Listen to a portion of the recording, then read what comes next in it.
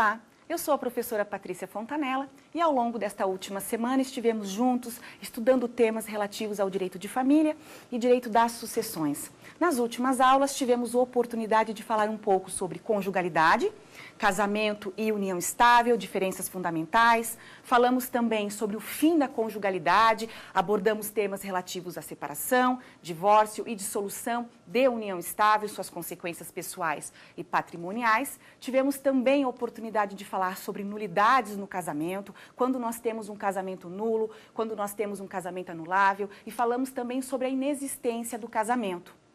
Depois, falamos também sobre dois institutos muito importantes que visam proteger incapazes do nosso direito. Falamos sobre curatela e falamos sobre tomada de decisão apoiada, instituto recente no nosso direito de família, que surgiu justamente com a entrada em vigor do Estatuto da Pessoa com Deficiência em janeiro de 2016. E, por fim, falamos sobre reflexos sucessórios da conjugalidade, falamos um pouco da sucessão do cônjuge, do companheiro, falamos também da decisão do STF que equiparou os direitos sucessórios dos companheiros aos direitos sucessórios dos cônjuges e hoje estamos, portanto, no nosso programa Saber Direito Responde. Hoje iremos abordar algumas questões e respondê-las, dúvidas relativamente aos temas até então trabalhados. Aqui no estúdio nós estamos com a Andressa, que é estudante de psicologia, e estamos também com a Mona Lisa, que é estudante do curso de Direito. É importante chamar a atenção para a necessidade, e importância também da interdisciplinaridade. Temos aqui uma aluna da psicologia, conversando com a aluna do curso de Direito, temos também serviço social que, junto, normalmente possuem, todo tribunal, os juízes contam sempre com uma equipe multidisciplinar que visa auxiliá-lo em tomada de decisões que são importantes no âmbito do direito de família. Pois bem, num primeiro momento, então, chamamos a nossa aluna de psicologia, Andressa, para a primeira questão. Professora, minha pergunta é sobre a adoção. Ao se falar de adoção de uma criança, considerando inequívoca manifestação de vontade, havendo também o falecimento de um dos interessados sobre a adoção, como se procede o caso, tendo em vista que já houve envolvimento afetivo? Essa pergunta ela é muito importante. Na verdade, recentemente, o próprio STJ já se manifestou relativamente à possibilidade da adoção póstuma. Ou seja, se durante o processo de adoção já houve uma manifestação inequívoca da vontade efetivamente de quem está querendo adotar, a tendência é justamente se levar em consideração, mesmo que aquele que efetivamente esteja para adotar tenha falecido antes de concluído o processo. Mona Lisa? Olá, professora, é um prazer estar aqui com um tema tão prestigiado. Então, a minha pergunta é que, em relação à união estável, existe um prazo para constituir ou apenas o objetivo de constituir uma família já é válido? Essa pergunta também ela é muito atual. Por quê? Quando se fala em união estável, as pessoas muitas vezes perguntam, puxa, será que eu tenho que viver quantos anos junto com uma pessoa? 6 meses, 1 ano, 2 anos são suficientes para a caracterização de uma união estável? O artigo 1723 do Código Civil estabelece, constitui-se união estável, a união pública, contínua e duradoura entre o homem e a mulher com o intuito de constituir família. Trata-se de um conceito aberto, não temos aí um prazo. A única vez que nós tivemos realmente um prazo na legislação foi no ano de 94, com a Lei 8971, que estabelecia 5 anos juntos ou prole. Esse requisito objetivo, ele recebeu muitas críticas e 1 ano e meio depois ele foi revogado pela Lei 9278 de 96, que estabeleceu o conceito que hoje é adotado no Código Civil. Portanto, o intuito de constituir família, e como se fala de união estável, ela se dá no decurso do tempo. É mais raro quem faça um contrato de união estável desde o início. Bem mais raro, mas há quem faça. Normalmente ela vai acontecendo e ao final, por uma dissolução ou mesmo por morte, haverá a necessidade do reconhecimento dessa união estável, se houver dúvidas, se existiu ou não, às vezes um diz que sim, o outro não, ou em caso de falecimento, efetivamente, às vezes uma das partes ou um dos herdeiros diz que não era uma união estável e sim um simples namoro e que pode vir realmente aí trazer uma maior complexidade para a análise do caso concreto. Mas o intuito de constituir família, ele é analisado efetivamente na situação apresentada pelo magistrado. E agora, vamos chamar a primeira pergunta dos nossos telespectadores. Eu sou o Davi. estudante de Direito no 9º semestre da Universidade Católica de Santos. Dentro desta área, pretendo seguir a carreira de oficial de registro civil e sei da importância do direito de família nesta trajetória. Neste sentido, gostaria de saber da professora Patrícia se há algum impedimento ou vedação ao reconhecimento de união estável quando um dos cônjuges possui apenas separação de fato, sem separação judicial. Essa pergunta ela é muito interessante, porque é muito comum no Brasil nós termos pessoas que são casadas no papel, vamos dizer assim, mas não convivem mais maritalmente. Então, para quem não é da área do direito, quando se fala em separação de fato, nós estamos falando de uma pessoa que ainda está casada no papel, mas vamos imaginar que porventura já esteja convivendo com uma outra pessoa. A legislação permite que os separados de fato tenham a sua união estável reconhecida. O parágrafo 1º do artigo 1723 do Código Civil permite, portanto, que uma pessoa que ainda não esteja divorciada possa ter uma união estável reconhecida. Vamos falar então, Andresa, sua pergunta? Em guarda compartilhada, o pai que não pagar pensão tem direito ainda de pegar o filho nos finais de semana? Se a mãe não autoriza o encontro, ela está cometendo a alienação parental? Sim. Quando nós falamos de guarda, de divórcio, alimentos, todos são temas muito difíceis, porque quando se fala de um divórcio, de uma ruptura afetiva, de uma dissolução de união estável, o tema da guarda é sempre muito relevante. Então, quando não se paga pensão, isso não vai influenciar no direito à convivência que a criança tem com o pai, por exemplo, ou se for o caso, a mãe paga a pensão ou não esteja pagando, uma coisa não inibe a outra. Então, já foi-se o tempo em que, uma vez, no próprio Brasil, se admitia, né, que se porventura não se pagasse alimentos, também se impediria a convivência com o genitor que não os pagasse. Então, na verdade, quando se fala de alimentos e guarda, as situações não se confundem. Mona Lisa, seu questionamento? Então, professora, de acordo com a emenda constitucional número 66 de 2010, ela traz o divórcio como um direito potestativo ainda no Instituto da Separação? O Instituto da Separação, ele ainda permanece no sistema jurídico. O Superior Tribunal de Justiça, recentemente, entendeu que, na verdade, a emenda constitucional trouxe a possibilidade de você fazer o divórcio direto, sem dizer os motivos e a qualquer tempo. Retirou qualquer prazo ou qualquer discussão subjetiva. Mas nós vínhamos tendo uma grande discussão doutrinária e jurisprudencial também, porque alguns entendiam que que o Instituto da Separação não havia sido recepcionado pela emenda. No entanto, atualmente, se o casal desejar se separar, que não rompe o vínculo conjugal, ele vai precisar depois passar pelo divórcio, se ele quiser romper e pôr fim a esse casamento, ele pode. É uma faculdade dos cônjuges ir diretamente para o divórcio ou se quiserem optar pela separação. Vamos agora para a nossa segunda pergunta, oriunda dos nossos telespectadores. Oi, eu sou Isabela, estudante do 9º semestre de Direito da Unifax em Salvador, e dentro do Direito eu pretendo seguir a carreira de juíza. E eu sei da importância do direito de família para o direito. Nesse sentido, eu gostaria de fazer uma pergunta à professora Patrícia, no sentido de, em caso de multiparentalidade, quando há a paternidade efetiva ou a maternidade efetiva, como fica a questão dos alimentos para a criança? Esse também é um tema muito interessante e controvertido. Recentemente, o Supremo Tribunal Federal reconheceu a possibilidade de multiparentalidade. O que isso significa? Não são poucos os casos em que muitas vezes alguém é criado e tem o registro, né, com o nome, imaginemos, de um genitor, e posteriormente vem a tomar conhecimento que essa pessoa não é o seu genitor biológico. Grandes eram as discussões na doutrina e na jurisprudência relativamente a qual delas seria mais importante ou deveria constar nos documentos dessa pessoa.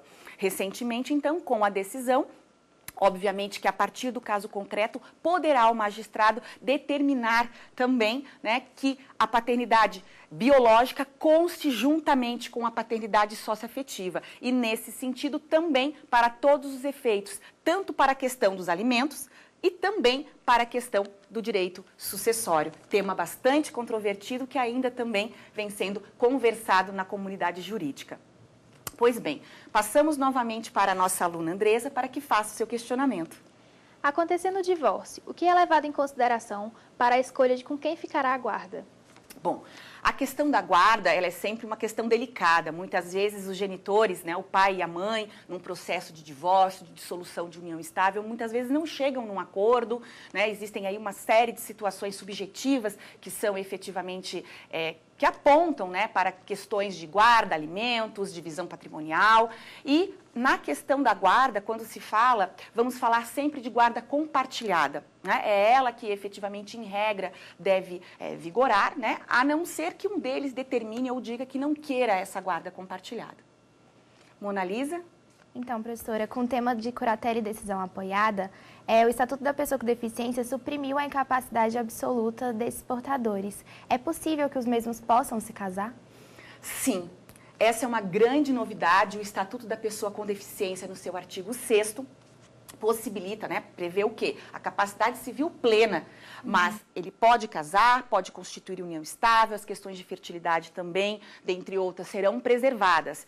Quando se fala hoje de uma pessoa que tenha deficiência, ela pode se enquadrar tanto numa pessoa com deficiência que tenha pleno gozo e entendimento, né, e possa exprimir a sua vontade. Temos as pessoas que têm deficiência e que decidem elas mesmas terem alguém para apoiá-las, é o caso da tomada de decisão apoiada, e temos as pessoas também que não têm como exprimir a sua vontade. E aí, nesse sentido, nós vamos falar de uma curatela específica, o que os autores, e na verdade o Código Civil, o Código de Processo Civil, chama de interdição. Pois bem, a questão do casamento também sofreu as alterações e lá no livro de Direito de Família há a possibilidade, sim, não é mais nulo o casamento contraído por pessoa sem discernimento. No máximo, nós vamos falar de uma anulabilidade. E o artigo 1550, nos seus parágrafos, nós tivemos uma inserção possibilitando a pessoa com deficiência e em idade núbil que ela possa expressar a sua vontade para o casamento ou através também do seu curador. Tema bastante polêmico que tem sido, né, discutido entre os autores, porque de fato, né, a manifestação de vontade, ela é um requisito para a existência de um casamento. Então vamos ter que aguardar a boa doutrina, a boa jurisprudência, que dará o tom para a interpretação desta regra. Vamos agora para mais uma pergunta que nos enviaram. Professora, minha segunda dúvida é: qual o regime adotado para a partilha de bens em caso de dissolução da união estável quando houver contrato sem registro público impedindo a comunicação de bens na constância da união? Essa pergunta é muito interessante. Quando se fala de divisão de bens na união estável, a possibilidade de contrato para eventual divisão patrimonial de forma diversa da comunhão parcial de bens. Na pergunta específica, parece-me que existe um contrato de união estável, a lei exige apenas que seja escrito e que já determina e já impede a comunicação patrimonial. Nesse sentido, esse contrato deverá ser observado desde a data da sua assinatura. Então, a partir dali, o regime escolhido pelos companheiros é de separação de bens e, portanto, na dissolução dessa união estável para a partilha de bens, efetivamente será observado o regime escolhido pelos companheiros, independentemente de ter sido registrado em cartório. A lei é clara. O artigo 1725 apenas exige que esse contrato seja escrito. E agora, portanto, vamos para o nosso intervalo.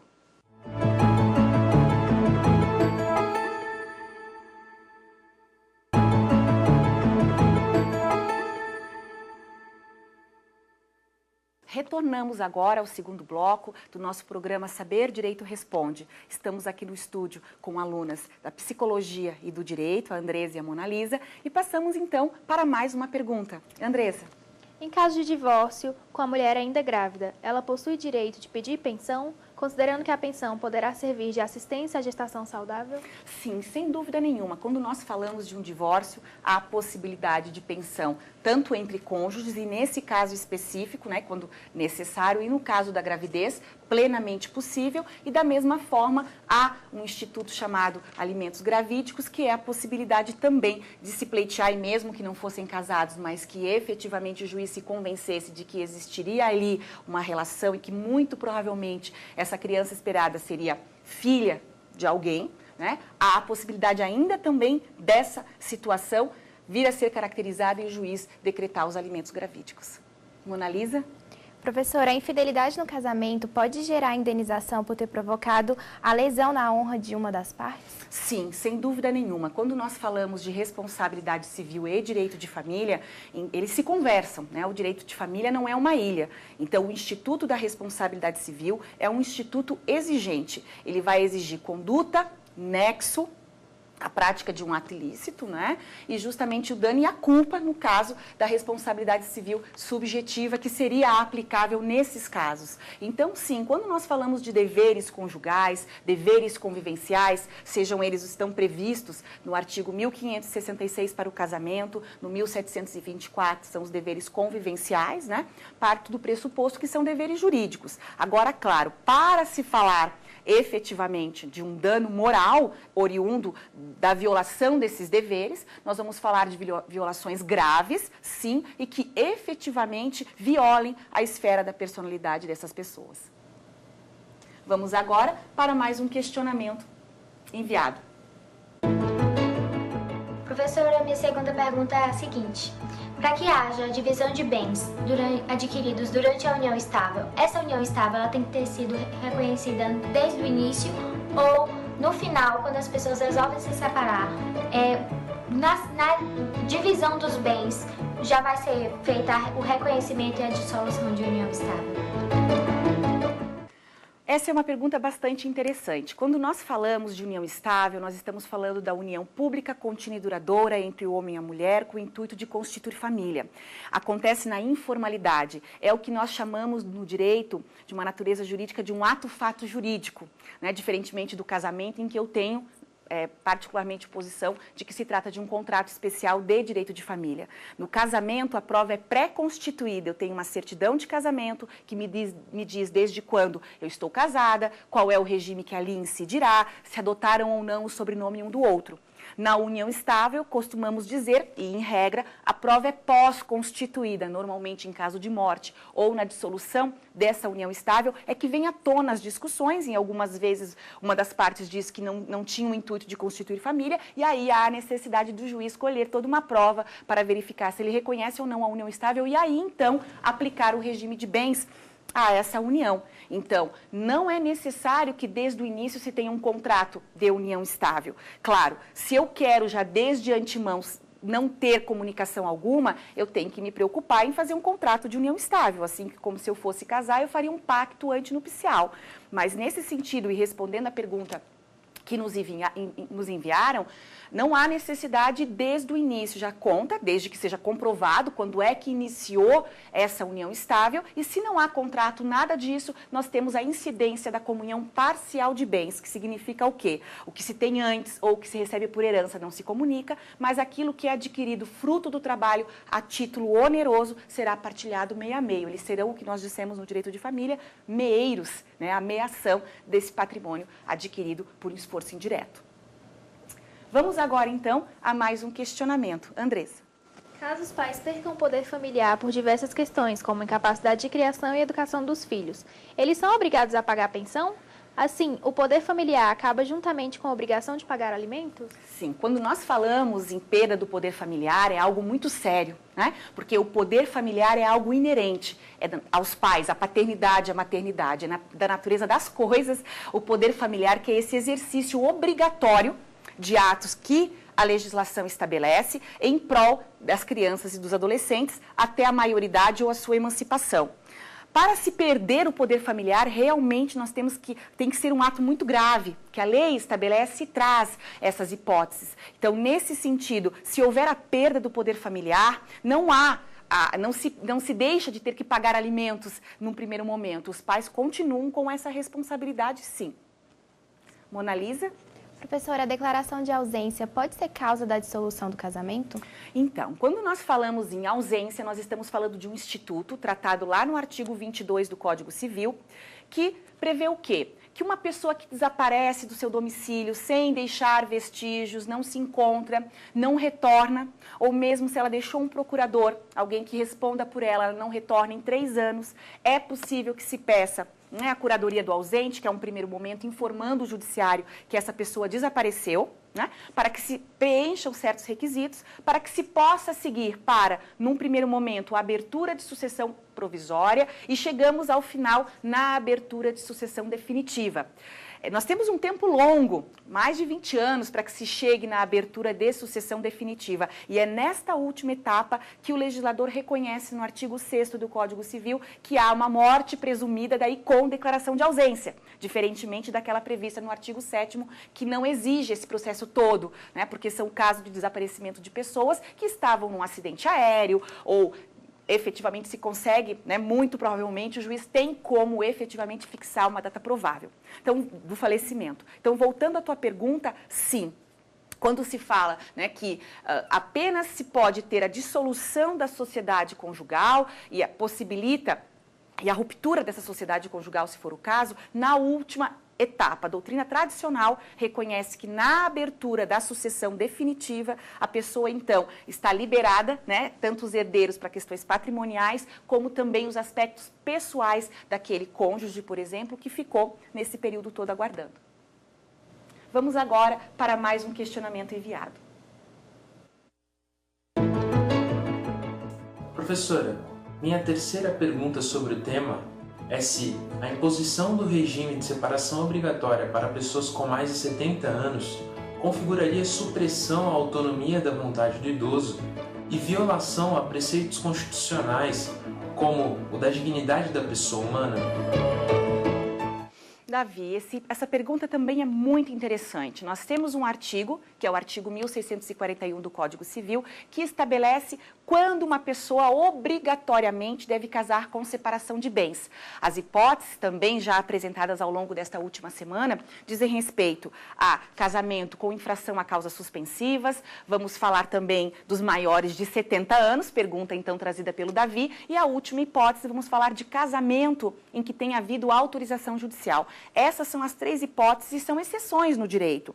E, sem dúvida, a questão da idade, né? O porquê que uma pessoa acima de 70 anos não pode escolher o regime que ela deseja casar, né? De fato, nós temos correntes no direito de família que discutem esse artigo. Alguns vão dizer que sim, por ser regra de proteção, efetivamente, a partir de 70 anos, deve-se observar a separação obrigatória. E, por outro lado, temos uma outra corrente que vai dizer, puxa, mas a idade avançada por si só, ela não é causa de incapacidade. E as pessoas já estão mais maduras, se não estão dementes e têm discernimento do que fazem, por que há essa restrição?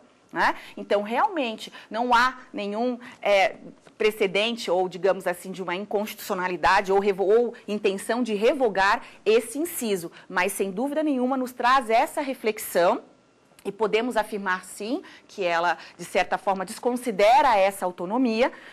Conheço alguns casos em que nos tribunais estaduais, o tribunal reconheceu como sendo inconstitucional e possibilitou, né, que esse casal escolhesse o seu regime em função justamente da justificativa trazida pelo Davi.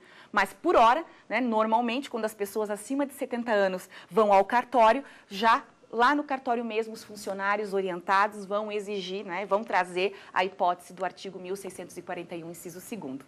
Mona Lisa, mais um questionamento? De acordo com o artigo 1790, diante da equiparação do direito sucessório do companheiro e do cônjuge, ele é tido como inconstitucional? Sim, na verdade nós tivemos uma decisão importantíssima dentro do direito de família, pelo nosso Supremo Tribunal Federal, que reconheceu a inconstitucionalidade do artigo 1790 e equiparou os direitos sucessórios dos companheiros aos cônjuges. Portanto, né, nós teremos agora a incidência para situações de sucessão oriundas de uma união estável, as regras do artigo 1829, que tratam da sucessão legítima. Então, na verdade, quando nós lemos no artigo questão da sucessão do cônjuge, nós vamos ler sempre / companheiro, porque agora, então, esses direitos são efetivamente iguais. Vamos chamar agora mais um questionamento que nos foi enviado. Professora, a minha última dúvida sobre o tema é a seguinte. Um casal que foi devidamente casado, mas não está ainda divorciado, estão separados de fato. Um dos cônjuges está em união estável não devidamente reconhecida ainda com outra pessoa. Como fica a separação de bens, nesse caso, dos bens adquiridos da pessoa que está atualmente em união estável? Essa também é uma questão bastante interessante, né? Se alguém já está separado de fato, já está numa união estável, existe um patrimônio, né, que foi adquirido nesse casamento, existe patrimônio que agora também está sendo adquirido numa união estável. E porque o nosso direito reconhece a possibilidade de os separados de fato terem uma união estável reconhecida, o que vai acontecer? Será necessário, então, quando houver o divórcio, se verificarão quais os bens que efetivamente foram adquiridos na constância do casamento, qual era o regime de bens que incidia para resolver a questão do casamento.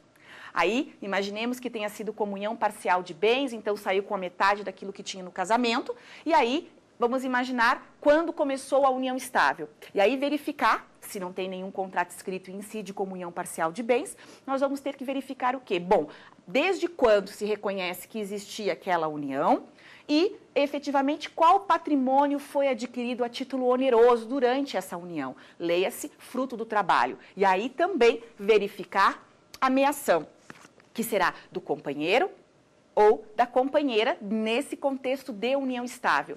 Essa é uma situação bastante complexa e que fica mais complexa ainda quando se trata de falecimento. Né, dessa pessoa que efetivamente ainda estava casada no papel, mas já estava numa união estável e vem a falecer.